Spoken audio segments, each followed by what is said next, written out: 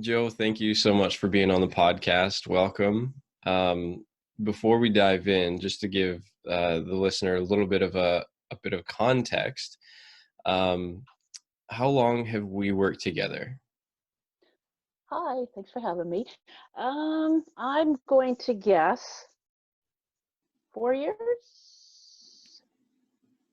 About that. Around three About or that. four. Three or Yeah. four.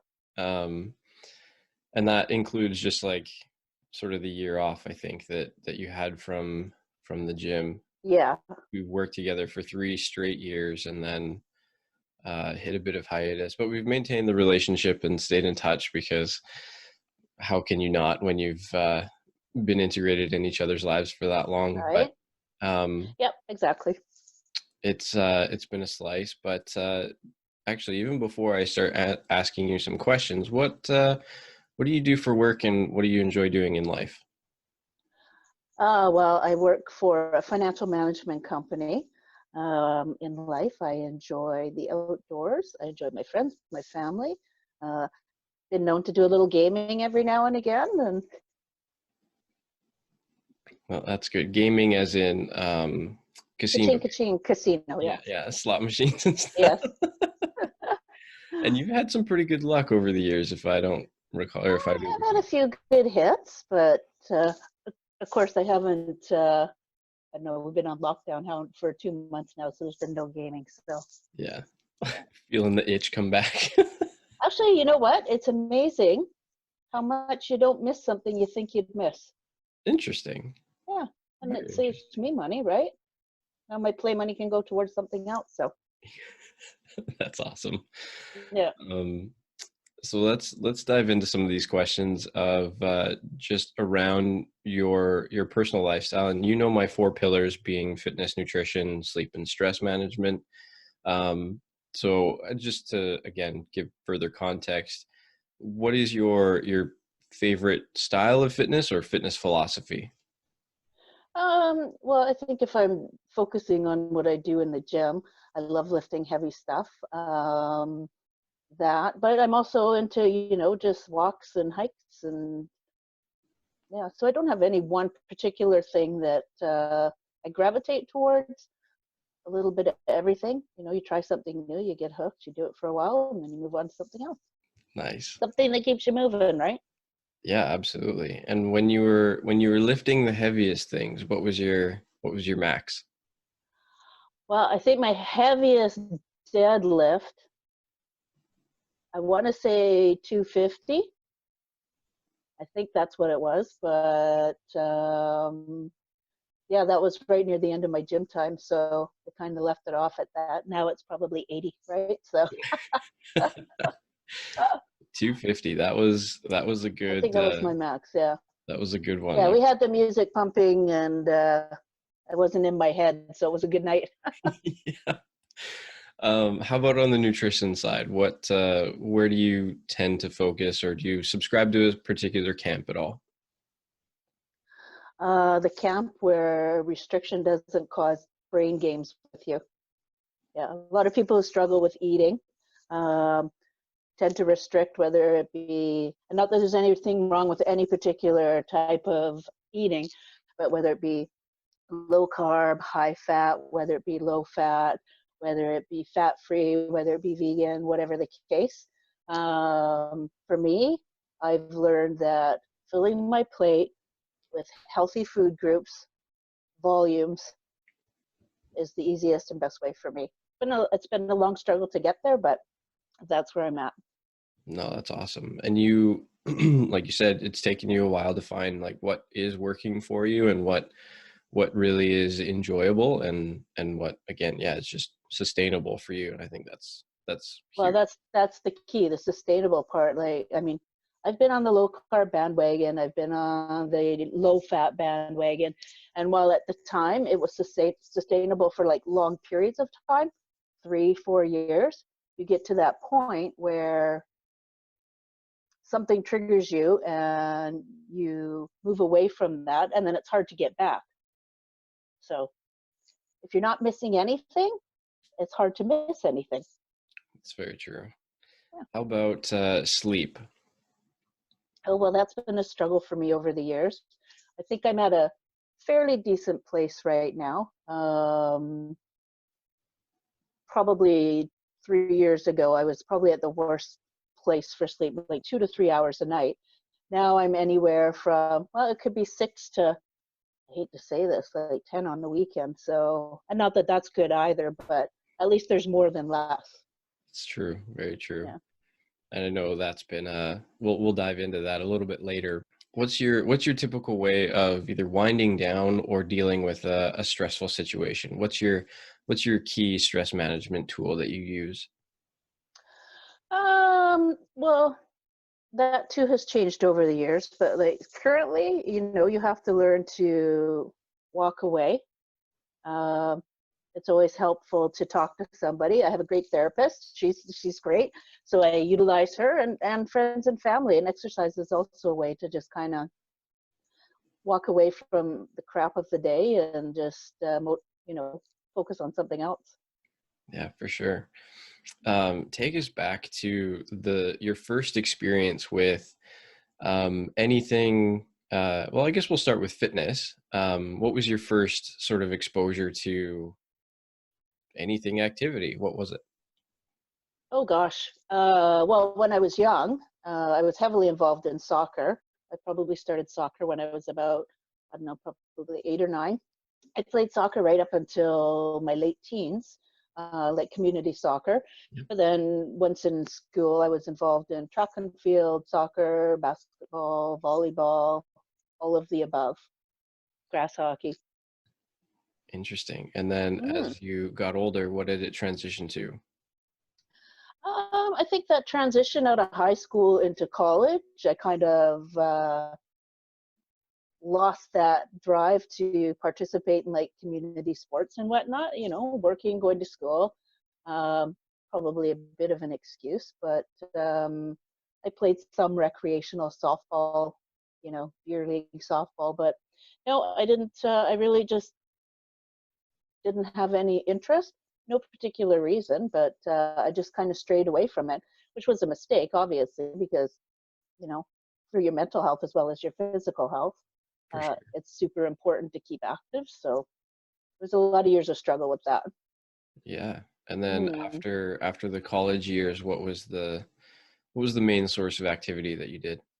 Probably walking, hiking. I think I started going to the gym again, and probably when I was like my mid 20s.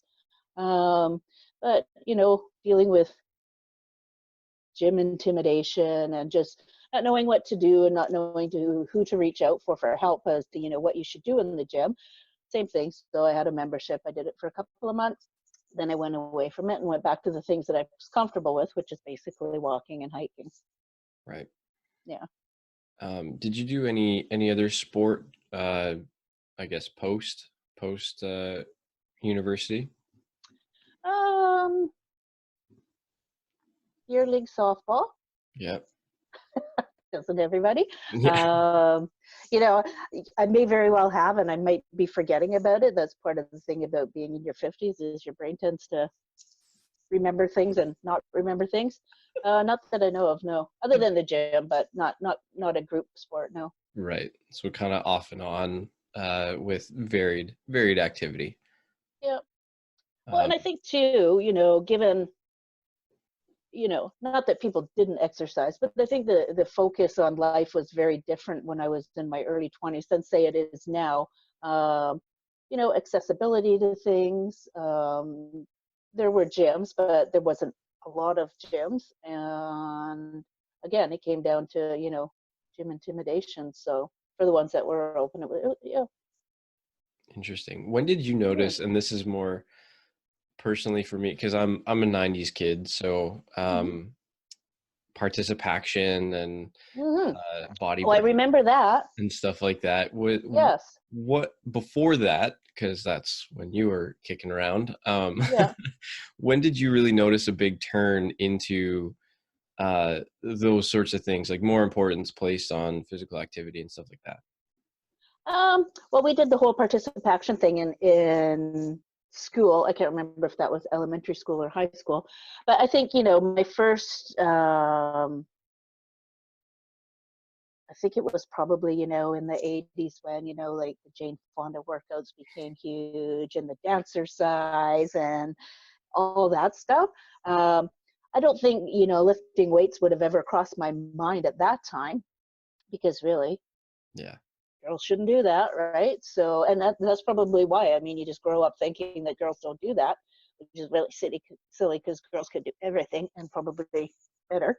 Um, yeah, so it was probably that whole phase. I can remember going to jazzercise and that kind of thing. Like, not that there's anything wrong with it, but it's just a good cardio sweat, and yeah.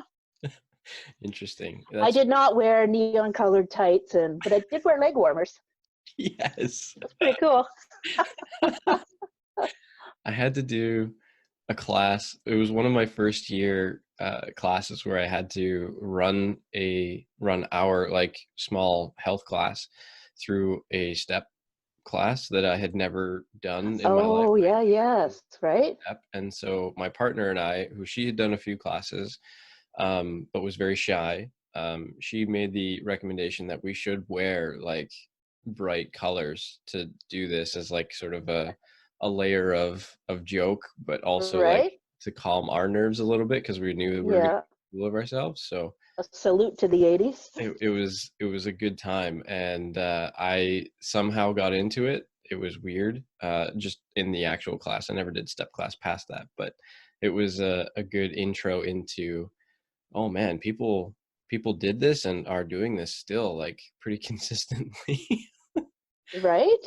But teach Well, their and yeah, now it's kind of moved into a whole new genre of, like Zumba and totally. yeah. Yeah. What about nutrition? Take us on that journey. Oh boy. Got a couple hours? Yeah. uh, it's been a struggle my whole life. You find ways to eat that you think you can, do for the long haul. You find out you can't. You fall off the wagon, then you try something new. There's been a lot of ups and downs, and you name it, I've done it, and I'm not lying. You name it, I've done it. Anything from food to supplements to sniffing pens that are supposed to, like, create this appetite suppressant. Um, I'm now on the fill my plate with veggies, a healthy protein, a healthy carbohydrate, and life is good. Interesting. Yeah. What was the catalyst that really kicked you off on like I want to eat healthier and I want to do exercise? Like what was that like?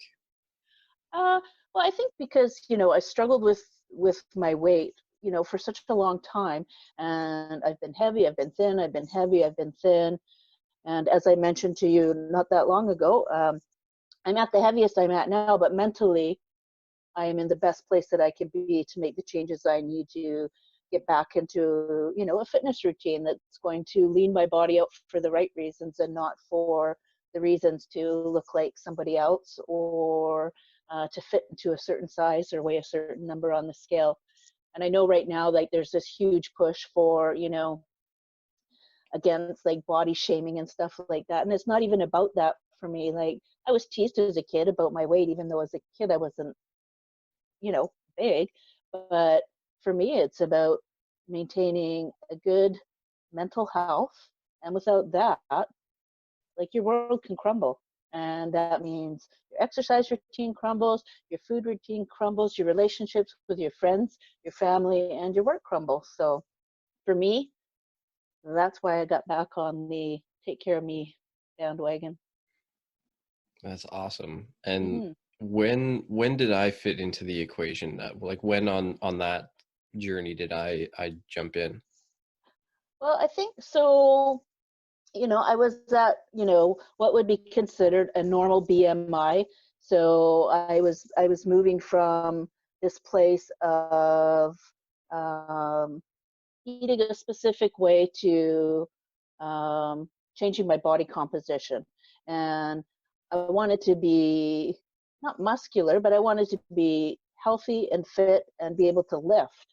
So I probably was about, I don't know, I want to say maybe a year into that journey when I was first introduced to you, and then we just kind of moved in an entire different direction. But the added bonus of the workouts was obviously the conversation and the friendship and you know friendly therapy for both of us. So Yeah, very right, much so. It's funny yeah, how, looking back on it, how quickly it went from a one-sided, like typically it's the client venting to the coach, yeah, and how quickly we fostered that relationship to where it was yeah, mutual and we were able to sort right.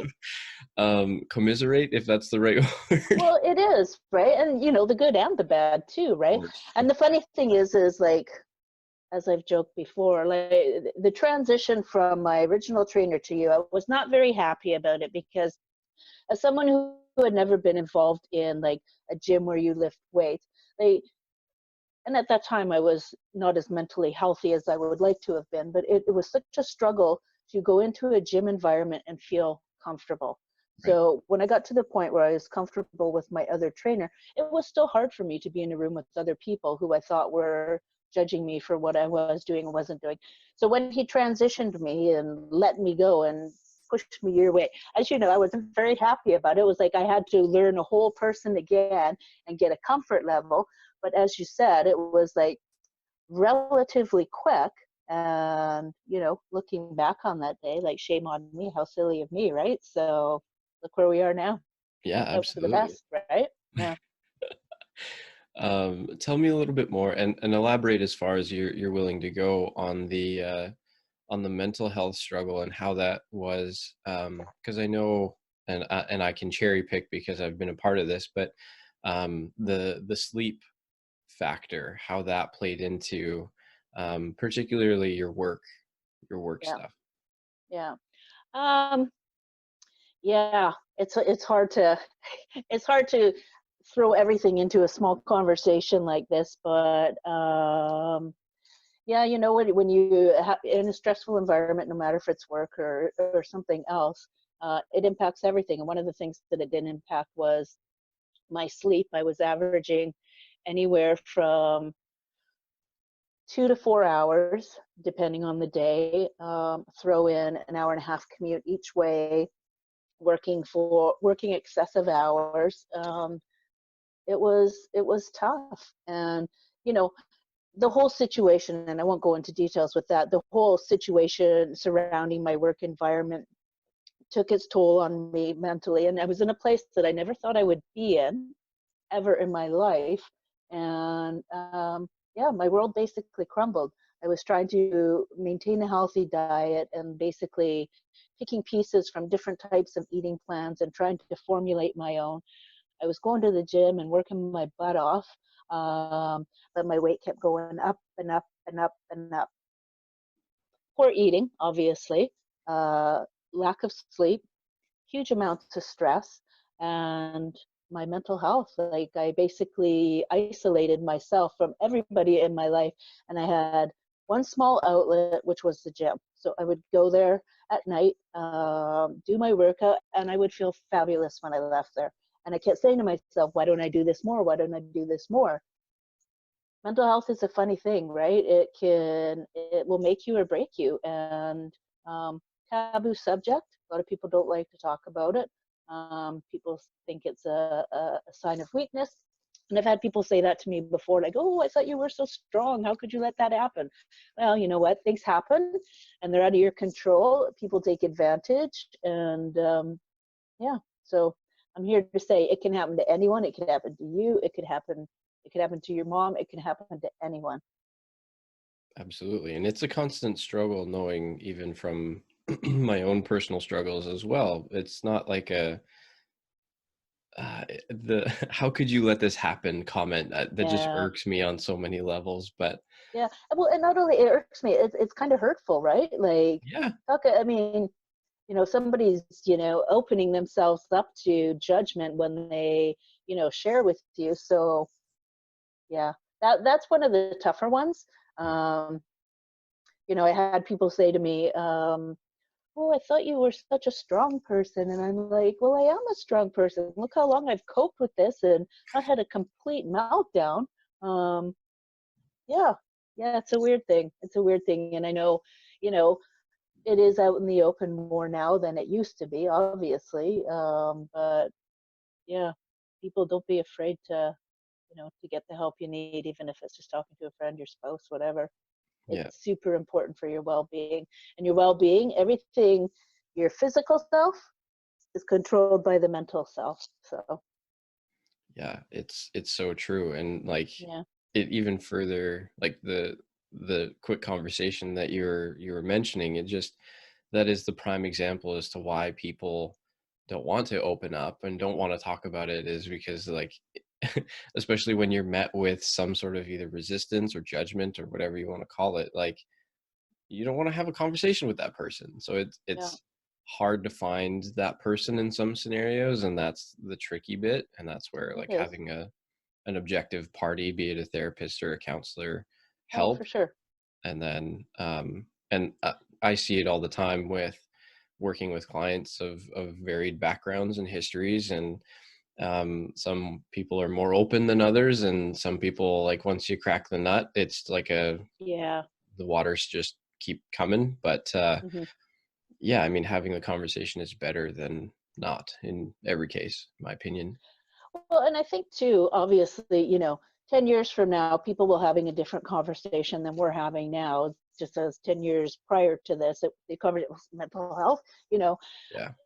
people don't understand because they don't know, they don't know the science behind it, and they assume that, if you say that you struggle with mental illness, um, that it means you're crazy, you're going to do something harmful to yourself or someone you love, and it's really not about that. I mean, it's no different than any other illness. It's treatable, and it needs to be treated. And you know the more people shame people for being crazy, or not having all their ducks in a row. I mean, before this happened to me, I probably had the same thought process about mental illness, mental health awareness. um, yeah, and sadly, I had to experience it myself in order to become an advocate for those who struggle. But that's life. It's like everything else, something comes up, and eventually one day the rest of the world will catch up and be on board and understand. Yeah, absolutely. And Yeah. you have done a particularly phenomenal job um, with just improving your learning. I know that you're a voracious reader, Hmm. and you crush books like they're Tic Tacs. So I remember a few times that I would recommend a book, and you're like, "Yeah, it's in the Amazon book cart, or like shopping cart." And then like I would see you the following week, and you're like, "So that book was really really good." And like, what? Um, what were Yes. some of the big hitters, the ones that really like really hit home for you? Well, I will admit that, now that I'm no longer commuting, I don't have that extra 3 hours a day that I had to read on transit. So I have not been reading as much. But I like, you know, for levity and lightheartedness, yeah, I like a good mystery, or something like that that makes your mind think and wonder and guess. Um, I've read lots and lots of books on, improving yourself, like you're helping with your self-esteem.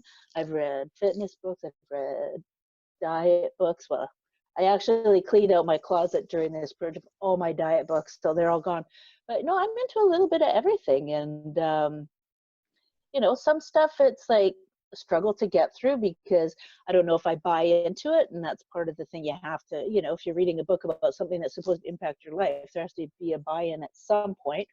Um, but yeah, no, I can't say that I go towards one particular type. But yeah, all over the place. I've got a big, huge stack over there right now that I looked at and went, "Hey, I gotta finish reading those." So Yeah. I do. There's like 12 books over there piled up on my coffee table. Oh boy, you Yeah, got some reading to do. I don't know. Maybe by 2025 I'll get through them. I don't know. It's funny how, when you do a job where you commute for such a long time, you always think, oh, if I could only get those 3 hours of my life back, I would be able to do this and this and this. And then that changed for me, and my commute became shorter by, it went from 3 hours a day down to a half an hour a day. And it was like, hey, wait a minute, what have I done with those hours? And then, of course, now I'm working from home and I'm thinking, holy smokes, like, am I lazy or what? Because those 3 hours have been given back to me and I don't seem to have done much with them. So, I think that's everybody's scenario right now. no, right? I used to have a 30 podcast long list. Could have said that better, but a list of like 30 podcasts that I was going to listen to in my queue. And being that I had like an hour a day commute as well, like I'm not listening to many podcasts anymore unless it's like something that I like Right? find myself in like I'm washing the dishes or something else. Like I have to find that time again in a new way in order to still sort of do that behavior. And it's just interesting. Well, and that's exactly what it is, the behavior, right? So, formulating a plan to start that. And then I'm not sure, I can't remember, we talked about before, like how long does it take you to formulate that, 21 days or something like that. But for, you know, something that adds something to your life. So for me, I've gone from a schedule where, I had literally no extra time. And then, my husband was working at night. But that was at the time too when I was really struggling mentally. So I really had no drive to do anything.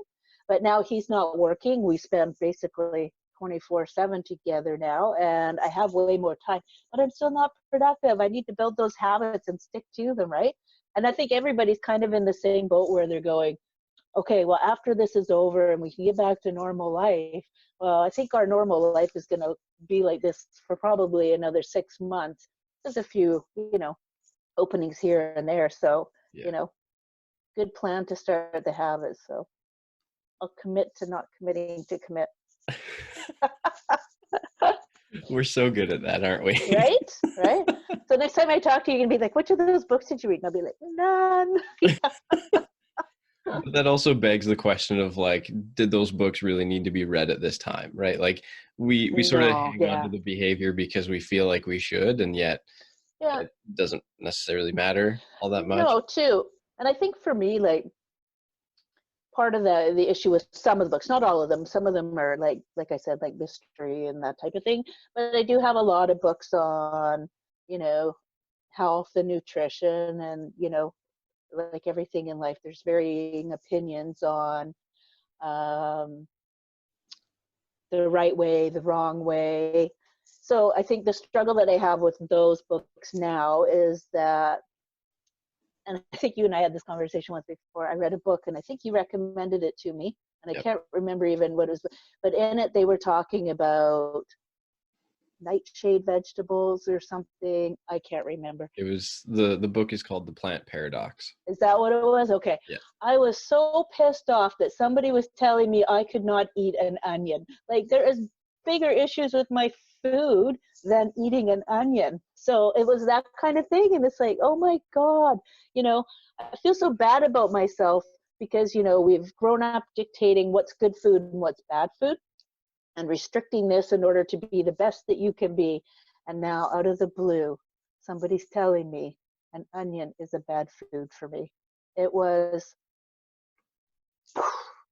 everything.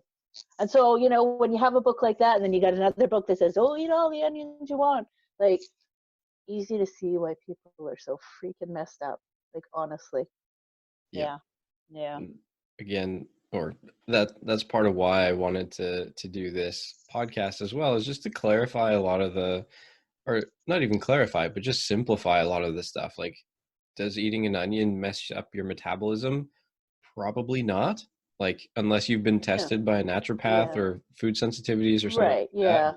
You've intuitively like noticed that mushrooms mess you up. Like, don't eat mushrooms. Like, Yeah. there's just because the mushrooms hold like, or blueberries, for example, like the acai berry, when antioxidants were a really big hit and everybody was ranting about, oh, you need your antioxidants. It's like, well, yeah, Yeah. like you should be getting good foods like that anyways. Like, this isn't the reason why you're struggling with your weight. It's not the one thing that is messing with. No, no, no. And, for somebody like me, definitely not. So, the whole onion thing, yeah, you know what? There may be some science to back up that book, and it works for a lot of people. But for anybody who has struggled with eating over a long period of time, almost into the eating disorder, which is basically food restriction, yeah, that's a struggle. So, um, there was a doctor that I'm seeing, who himself has experienced issues with food over his lifetime, and he'll say the same thing. He'll say, there is lots of science to back up keto, and it works great for some people, but for people who have food issues based on mental health, it doesn't matter how much science there is. There's going to come a day where that bun looks better than that piece of steak, and then they're going to start with that, and they're not going to be able to stop. And then that's where the behavior of labeling food good and bad becomes, obsessive, absolutely obsessive. Like, how many times have you been out with friends or whatever, and somebody brings out a cupcake, or somebody's like, oh no, I can't have it. No, I shouldn't have a piece of cake. Well, why shouldn't you have a piece of cake? You have so many calories in a day that your body needs to survive, whether it's just sleeping, eating, breathing, and then add in the exercise. Like, what is this piece of cake going to do to you? Are you going to die through the middle of the night because you ate a piece of cake? Like, labeling foods, we all know there are better choices than others, but having a piece of cake doesn't make you a rotten, stinking person, a failure.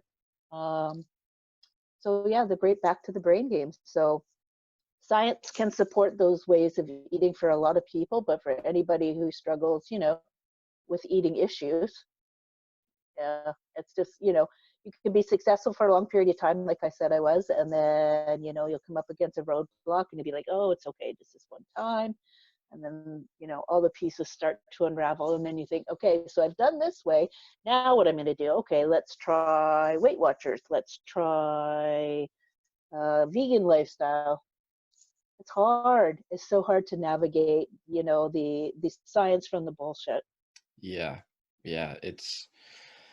And how that also, like, how you boil it down to like its core meaning, like what it actually means, and then not misrepresenting what that actually means for you, and then how do you Yes. apply it, and like those 3 or 4 extra steps between like what the research is saying and then like how it actually applies to what is for your situation and your Right. context. Yes. It's so blown out of proportion, and that's where we get a lot of the big question marks, and we get the splitting of like the keto camps and the paleo and the Mediterranean and like all these things. It's like I actually did an episode on this. I think this was episode 3. Yeah, nutrition rules. And there's like sort of the 80-20 principle in general, but also I likened it to 80% of the stuff in every single diet, or most diets, I'll say that because keto is very different than veganism, but in most cases, the similarities are the same. Like, protein is managed, calories are reduced in some fashion, whole vegetables and foods, and a reduced of sugar, and a focus on increase of hydration, increase of water.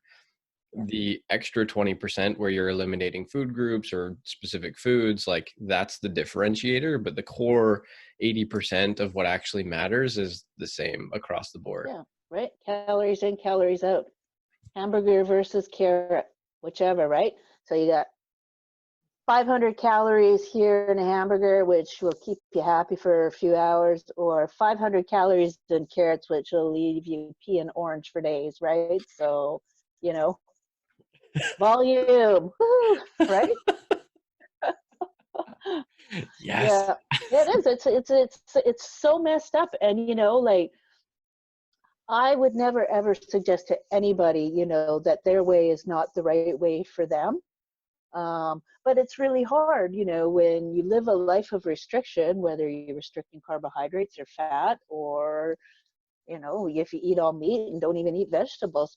Um, like, it's really hard to maintain that for the long haul. And you will hear the same banter from everybody. It's not a diet, it's a lifestyle, it's a journey, it's for the rest of my life.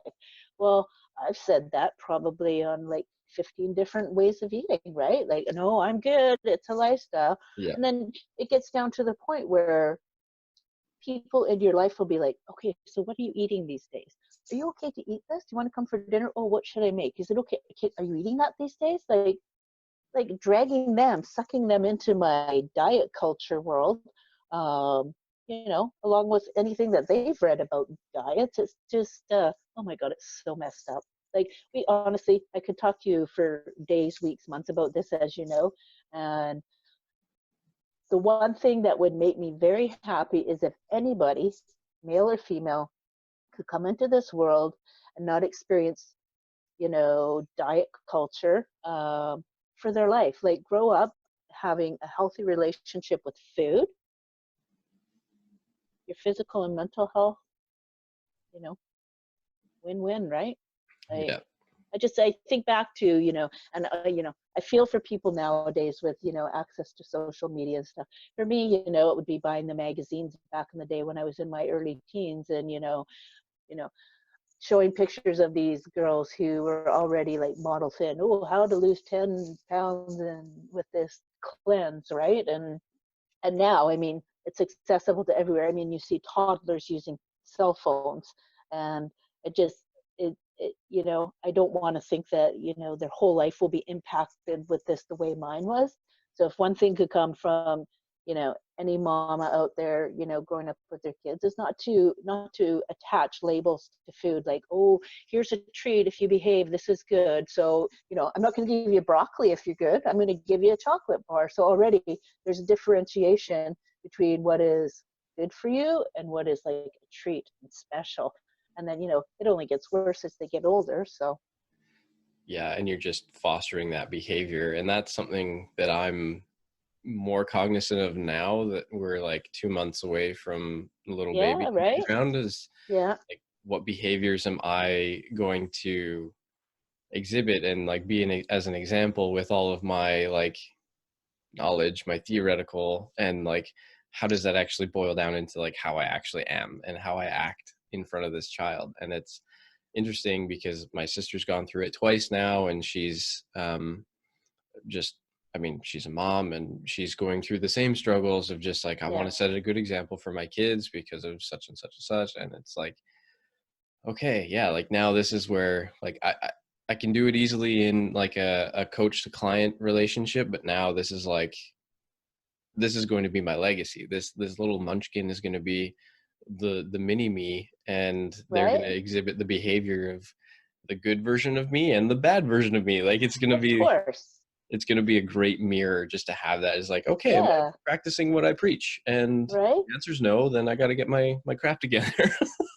Well, and there's no perfect answer. And I mean, as a parent, and I'm not a parent, as you know, so take this as for what it's worth.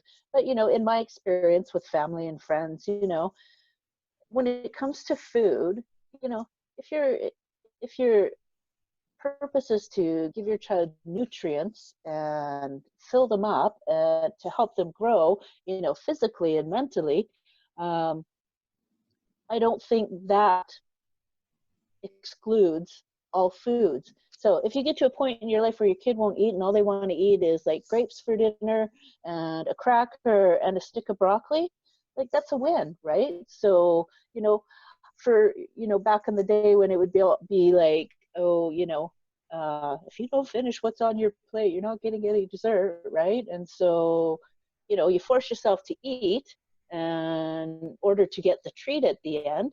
And then, watching some of my nieces grow up, it was like, oh, okay, you don't like it, then fine, you don't have to eat it. And that was such a struggle for me. Like, oh my God, really? You're not going to make them eat their dinner? Like, oh, if they don't eat that, they don't get anything else. And if they come back for more food, you're going to give them that food they didn't eat, right? So it's punishing. Mhm. And so it goes from, somebody punishing you to you punishing yourself. And then trying to break that cycle over your lifetime. Yeah, that's a struggle. especially when you're trying to go at it on your own and not really knowing where to start and where to go next. And like, you're just sort of, I mean, most people in the general population are just like trying to sort of accrue that information from books, documentaries, videos, whatever content of their choosing, and just sort of trying to go at it haphazardly, seemingly at least. But having that For guide, sure. or having that somebody that's there to, who is an expertise or is an expert in that field, and they're like, okay, well, have you thought about this? Have you tried this? Or what do you think about this? Or just asking those questions that sometimes may seem like a challenge, but also just are, you haven't thought of them because you're just like, well, I thought that because Jane Fonda back in the 80s or Yes, whatever, right? Like, right? it's a bad example, but No, uh it's not. It's a great example because it was like, okay, look at Jane. I'm going to be like Jane, yeah. right? So it's like that with everything. And I think, you can take bits and pieces of everybody's, you know, written word, their conversations, and you can try and, you know, formulate something that works for you. And sometimes it works and sometimes it doesn't, right? And so, um, yeah, trying to find that happy spot for you. Sometimes it's easy, sometimes it's not. It's very, It is, and you think, I don't think you ever get to a point in your life where like you fixed all these things that have been broken for so long. You just learn how to manage them differently in ways that don't make you feel bad about yourself. Like, who wants to feel bad about themselves every day? Because, oh my God, I had a piece of chocolate cake on the weekend. Like, really? You know? And I mean, it seems silly to me. Like I said earlier, I'm sitting here at my heaviest weight I've ever been, and here's me giving me, trying to give advice on food, but really it's just advice that I'm giving myself, that after this lifelong struggle that I've been through, where I've been super fit, unhealthy, super fit, unhealthy, it's super damaging. And so I'm finally at a place now where I recognize like all that damage that's been done over the years. And you know what? Some of it, I brought up myself, totally get that. But, when you deal with this world of, diet culture and what's good and what's bad, it's hard to pick the good from the bad, or the fly shit out of pepper, however you want to put it. Um, to find a way that is sustainable and healthy, and that you don't have to explain to people. They, you want somebody come up to your restaurant. Oh, did you eat steak? No, no, you don't eat. So carbs, no carbs, right? Like, yeah. I hate it. I do. I hate it. I'm grateful that I had some of the influences that I did when I was really starting to get into this industry, and I read every fitness article, every nutrition article that I could come across, and I somehow latched onto good quality coaches that were sharing articles and videos at the time, and so that's how I came to know John Berardi and Precision Nutrition, Right. which I'm certified Yeah. through and stuff like that. But I read a few of their articles of some of their coaches that they had on staff, and some of their creators even behind the company. And one of them was like at his fiance's family's house, and he was doing a specific diet, or yeah, following a specific diet, and he declined like potatoes from his fiance's mother, and that was like damaging and like, to the Right. relationship a little bit, and like they were offended. They're like, why won't you eat this? And he's like, I just can't, like. And then like the psychology that's built into that, and it's just like, ooh, like, I get it. If you're specifically trying to attain a goal, like you want to step on stage in 12 weeks, like I understand that, but you also have to like do a decent job of communicating that to other people, or you're just isolating yourself for 12 weeks, which Right. sucks. But Yeah. outside of that, like, yeah, you can have Well, a yeah. potato, you can have some cake, Yeah, but you can, right? And I think that's one of the great things about precision nutrition was, and when I did that program, I was, dealing with all kinds of issues. Didn't allow me to give me my full focus to that program. And I wish I would have, because as we talked about all the time going through, it was like there was a lot of real life shit in there. Like, Yeah. Stuff that I was experiencing that had nothing to do with the actual food I was putting in my mouth. It had everything to do with my mindset and the way that I was talking to myself. And it was actually the first time, and I think I told you that, like, somebody who struggles with eating disorder, like, it's the first time that I've ever read anything about a program that actually recognized that and tried to help manage that. So great program, very different than many of the others. Yeah. And Yeah. the focus being around the behavior and the habit behind why you're eating. And like you said, like there's a lot of real life stuff that was going on in the Yeah. background. Yeah. And like how it manifested was your behavior around food, like what you ate and For how much sure. and all the other stuff, Well, right? and I think too with a program like that, um, like after so many attempts at different things where there was no recognition of the sacrifices that you had made up until that point. Yeah. This was the first time that anybody recognized that um, it wasn't just because I was lazy, and there was other things going on. And yeah, I'll be the first to tell you, yep, I've made all the excuses in the world. I've made poor choices and everything.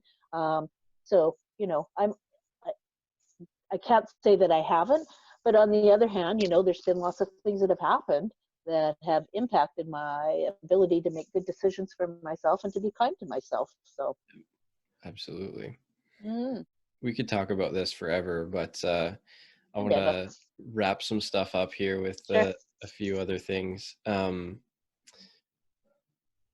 In your entire, uh, let's call it fitness journey career, Yeah. or nutrition or anything, what is the accomplishment that you hold in the highest regard? What's your favorite one? Oh, deadlifting. Loved it. Absolutely loved it. Honestly, because it's just like, um, it's, I don't know, when people think about physical fitness, they think about a, and not everybody, again, remember that you're talking to me. So this is my perspective as a woman in her early 50s who has done everything. For me, it wasn't about like how big my muscles got, um, or my physical appearance. Like, it's mentally rewarding and challenging trying to lift a specific amount of weight, have the ability to put your body through training in order to get you to a point where you're capable of doing that, and then watching it increase. Like, it's so rewarding, like physically, mentally. I mean, it's just, yeah, it gives me goosebumps thinking about it. Like, I totally missed that. I'll be back at it one day. Yeah, absolutely. Yeah. Is there anything else that you want to wrap up with, parting shots or advice that you'd want to give the I masses have of? no parting shots. Thank you for sticking with me through the good and the bad, because there was a lot of bad. Um, no, I appreciate everything that you do, the fact that you listen, the fact that you're a great trainer, you're a good person, and I look forward to working with you again. I appreciate it. Thank you so much for being on, and I'm sure we'll have a future conversation about something more specific, and we can Yeah. go deep, dark into the rabbit hole. Awesome. Sounds good. Thanks, Jenny. Thank you, Joe.